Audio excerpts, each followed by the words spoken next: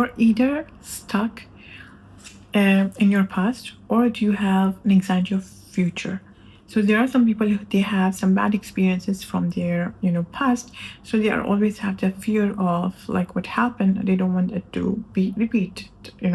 Or maybe they have the anxiety of their future, that what if things go bad. Because a lot of time what happens is that when you see them, okay, take an action or move on or do something, they will be like, no, I'm scared, I have fear. It's a very subtle way of, in an indirect way. You know what does it implies to? It implies that you don't have enough tawakkul or trust in Allah subhanahu wa ta'ala.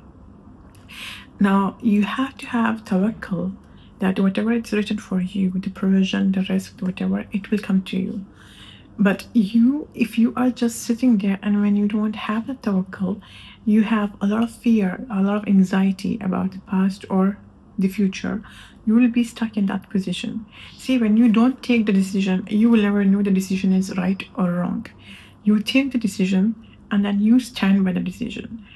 You have to have this mindset that I will either win or learn. There is nothing to lose.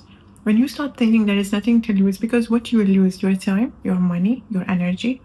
So tell me, who gave you the time, the money, and energy? Was it yours even in the first place? So why are you scared, or why do you have this fear of losing it when nothing was actually yours? I know when you are, like in a comfortable place, or maybe you don't want to, like move from there. Okay, it's understood. But then what happens? Some people, they complain about being stuck in their life, and when you tell them why are you not taking action, they tell that, okay, because we have some fear. Okay, so once you don't want to overcome your fear, it's because, are you thinking in yourself like Allah is not capable of giving you, or Allah is not capable of taking you where you actually want to go? So, because in a subtle way, you are letting the doubts, you are letting those fear to actually dictate your life in this manner, that when you even tell them to dream about something, they will say, no, it's not possible. They cannot even say that this is possible. And the reason they cannot say this, because in another way, what do they mean? I mean, astaghfirullah, but what do they mean? They are saying that Allah is not capable of doing that for them because of what happened in their past, or because of what will happen in the future. We don't know how will be our future, but we know Allah subhanahu wa ta'ala, right? I don't know my future, I don't know what will happen, but I know Allah subhanahu wa ta'ala. I know Allah will take care of me. If I have this kind of a tawakkul to Allah subhanahu wa ta'ala, I will see those kind of results in my life. But if I think like, I will not succeed, I will be, failure, it will be a failure for me, I'll not succeed, I will be helpless, hopeless, whatever, I will have a miserable life. I never want that. And you have to have a very strong tawakkul that Allah can make it for me. I am helpless. I can go for excellence, and then it's Allah subhanahu wa ta'ala that can lead me, that can give me, that can bless me. So if you have this thinking or this mindset, you can go so far.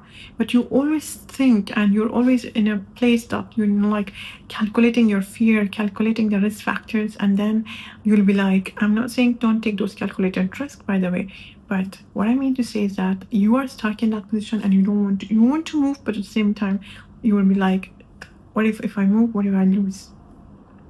And this is what it will lead you to, again, to the point number one.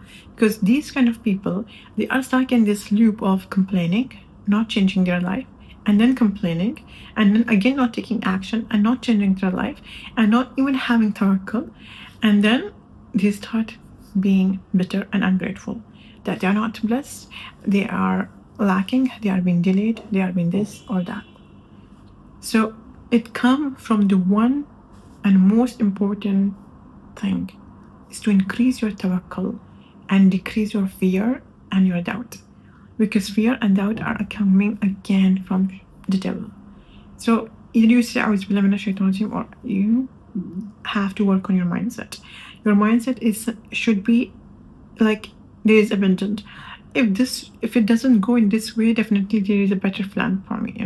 If it doesn't go in this way, there is something else for me. So I'm not losing anything over here. I'm not losing. If I lose some money, if I lose some energy, if I lose something, it's not even mine. in the first place to lose it. So when you have this kind of energy, you can literally boost yourself to move ahead and to go ahead, and then you will have a very positive, thinking about Allah subhanahu wa ta'ala, that I have a strong tawakkul and Allah will never let me down. Allah will guide me. Allah will take care of me. And to know these things, you have to know Allah subhanahu wa ta'ala better. You have to know the names of Allah subhanahu wa ta'ala. You have to ask Allah subhanahu wa ta'ala with those beautiful names, so that, that there's a connection between you and Allah subhanahu wa ta'ala.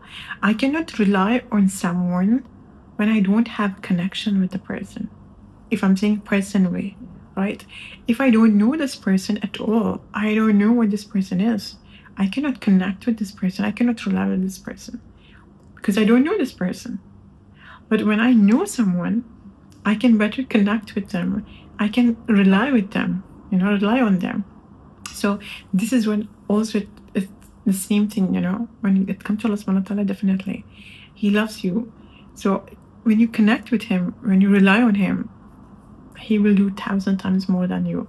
So when you have tawakkul on Allah subhanahu wa ta'ala, when you have this trust that everything works on the best interest for you, then literally everything works in the best interest for you. But if you were sitting there doubting, but what if I had gone with plan B, then maybe I would have been successful. So if you're sitting there and counting your options and counting your, like calculating your risk factors, then there itself you lost a lot of time, and you don't know, the world went from this point to another point and you were just there.